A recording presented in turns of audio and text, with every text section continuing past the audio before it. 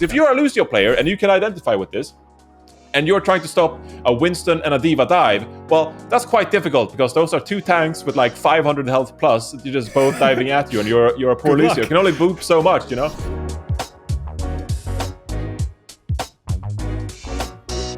What is up, Overwatch League YouTube? We are back and we are continuing our series of who to look out for in Overwatch League 2022. And we're talking about the supports. So of course, I'm going to take the lead on this one. I have my beautiful assistant here, Johnny. I appreciate you coming in to talk about supports and how great we are in helping tanks. Yeah, okay, Johnny, it's fine. Don't worry about it. Let's get into the supports then.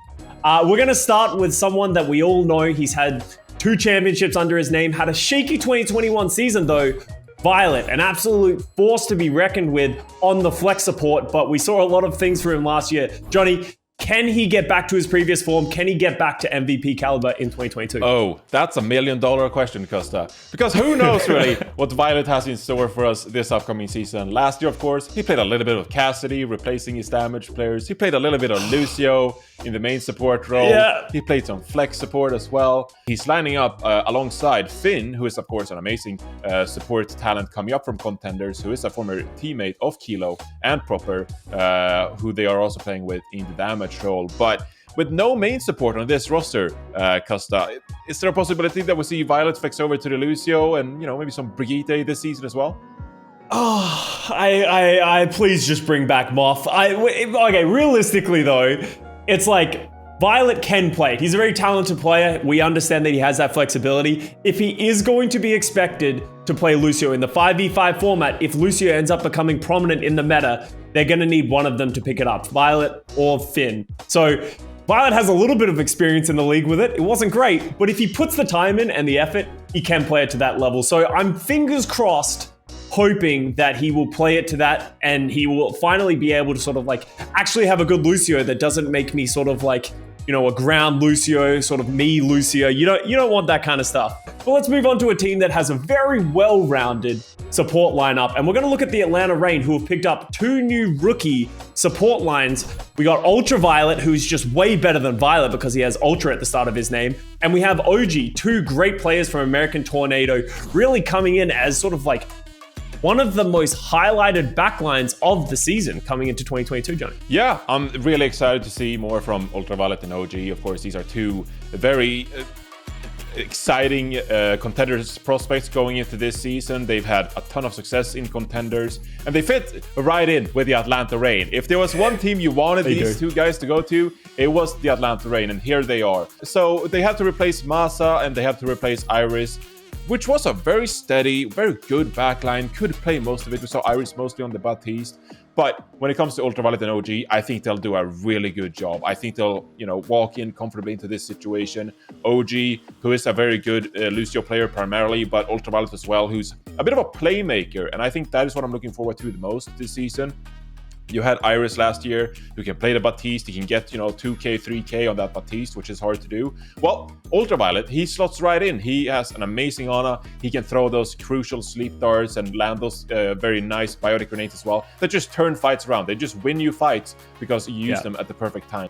I think it just adds more flexibility to the roster as well. I think OG and Ultraviolet, they have a lot of synergy. They've played a lot in the past. Also with the other players from the Atlanta Reign, they have storied history in Contenders with these other guys. I think they've shown that flexibility. I think going into a 5v5 format, I'm really comfortable with these 2 guys. And I think they might have like high rookie prospects going into this season. And, you know, as you said, it's hard to win the league, but I can totally see Atlanta Reign living up to the hype that they had last season when they made it to the grand finals. But moving on, we're getting on the Shu train, Johnny. And I'm just going to start this with a very simple question. Do you think Shu can win MVP in 2022? Yes, I think you can win MVP in 2022. What do you want from me?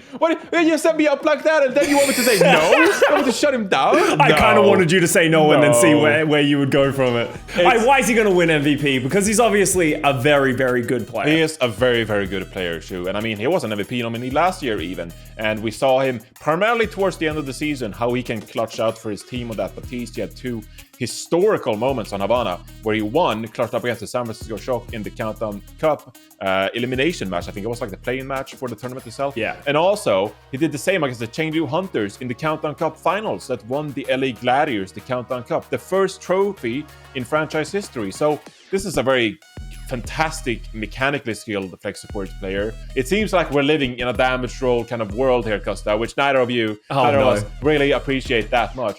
But if you were to pick one flex support player, or one support in general this entire season that could potentially win MVP, I think you gotta go with Chu here, Custa.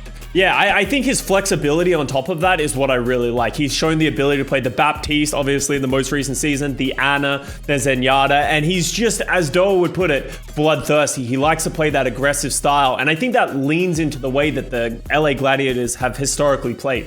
They like playing that aggressive style, and they like going in and sort of making plays. So I agree with you. I can totally see if the LA Gladiators have that title run like we're hoping they will, Shu could be at the forefront of that and making a name for himself for MVP. So absolutely someone you should look out for. And then talking about someone, I guess, less storied in the last couple of years, but has a million fans and I am one of them, has a few fans and I am one of them. And me and Johnny are both definitely his fans, is Twilight, because he's finally getting this starter role on the Toronto Defiant. And I'm so excited to see him not play behind Violet, because he is a player who could easily be a top 3 flex support in the league over the last few years, but we haven't seen that playtime because he was on the San Francisco Shock. Johnny, do you think he can sort of hit that same caliber of performance that we saw from 2019 on the Vancouver Giants? I mean, that is what we want to see, right? I thought you were going to ask me, can Twilight win MVP this year? And I was like, Custa, come on, get off it. Like, I thought about it. Thought about it, okay. I mean, we want to see the 2019 Twilight performances because, I mean, we are so delighted that he blessed us with those flex support performances, because when he brings his A game, I mean, it's so exciting to watch. So would love to Twilight to put on those performances. And I mean, I wanted to make this another duo, but NA production, they would not have agreed with us. Twilight on his own, very mechanically skilled, and he's able to bring those sleep darts and bio grenades as well that I talked about that Ultraviolet can do. Toronto Defiant, I think it's going to be a tough year for them.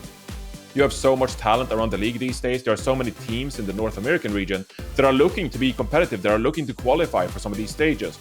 Well, if you are the Toronto Defiant, sure, you have Hisu in the damage role, but I think it starts with the backline here, because I think it starts with the likes of Twilight, a former star player, one of the best support players coming out from Overwatch 1. I think you have to look at Twilight as someone to make plays for this team and try to help them elevate to the next level. The Toronto Defiant and the Houston Outlaws are the two teams that have never made the playoffs. They've never won a game in the playoffs. So if the Toronto Defiant are going to hit that level, it starts with the backline, and they definitely have the roster to be able to do it this year. So good signs as a Toronto Defiant fan going into this season. But let's talk about someone, and I'm going to throw a really hard curveball question at you for this one, Johnny. No. Seoul Dynasty have had, unfortunately, the step back of Jonak, so he's not going to be able to be the flex support for the Seoul Dynasty that we're all excited for. Creative steps into that role. He can't win MVP, Custa. No, he can't win MVP. That's not the question. That's not the question. He's not going to win MVP. Probably not. But do you think he's underrated, overrated, or exactly where he needs to be? Because creative is someone that a lot of people don't really know where to place him in the grand scheme of these other flex supports. That is a really good question. That is a very spicy question. I think when he initially got picked up, I think we saw that Creative got a little bit of playtime, especially in the 2020 playoffs, and he contributed massively on that honor for the Seoul Dynasty. That was the Seoul Dynasty team that went to the finals. They beat the Shanghai Dragons in the playoffs to meet the San Francisco Shock in the 2020 Grand Finals. And it was on the back of players like Gesture, like Prophet as well. But Creative, he had impact as well on that role on Ana. So I think you have to give him some credit for that. Now, when it comes to rating him, I think a lot of people would say that he's underrated because of that. But at times, I even think that Creative has been a bit overrated. So I'll say that he's perfectly rated going into this season. I think if you're a Seoul Dynasty fan, you would have much rather see Jonak fill that flex support role because of how good he's been historically as well. But you have to settle with Creative this time around. I don't think necessarily Creative is going to be a big issue for them in the back line, but equally, I don't know if Creative will be able to be on par with some of the likes of the support players we mentioned in this video today.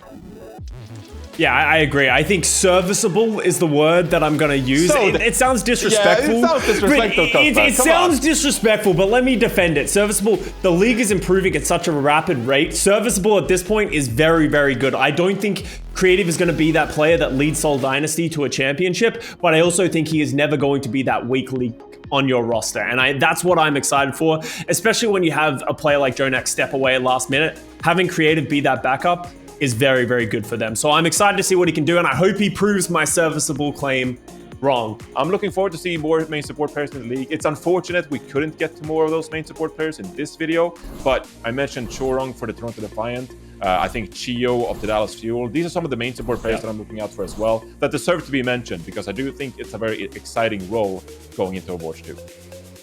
I completely agree. I'm a little worried about these flex supports who say, hey, I can just pick up Lucio and play it at the level of a serviceable level. And that doesn't work sometimes in the Overwatch League. Sometimes you need that very, very good Lucios like your Lee J Guns, like your Funny Astros to be able to pop off and have that impact that can be easily missed by a rookie Lucio player. So we'll see how that works out. But thank you very much for watching. We've highlighted for the first time ever. Oh, actually, no, we did do 6 people. I thought we only did 5, but we did do 6. I'm sorry about that. You know, we'll get there eventually. I hope you guys found these prospects interesting. Let us know what you guys think. If you think we're stupid, if you really are excited for these players, or if you think we got something super, super wrong. Much love. Thank you very much for watching. And I'm excited for this season, and you should be too.